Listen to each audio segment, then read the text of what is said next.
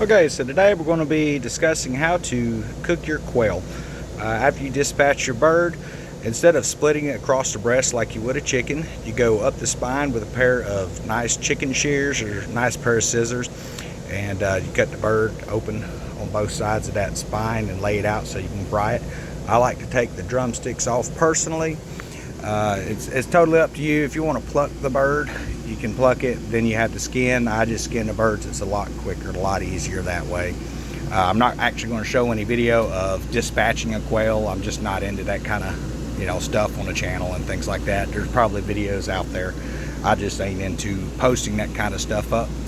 But there's really not a whole lot of difference between cleaning up a quail and cleaning up, say, a chicken or something like that, or a dove, things like that.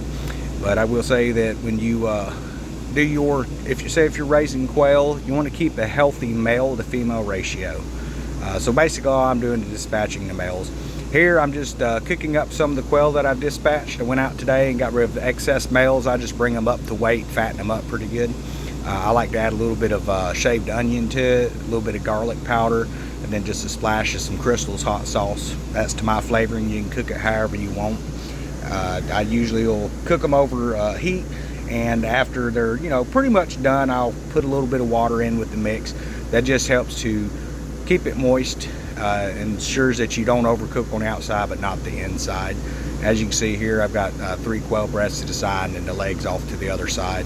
I go ahead and I cook up a lot of the organs, the hearts and things like that as well. I didn't show that with this in the pictures or anything like that, but I cook that up and I usually feed it to my bulldog.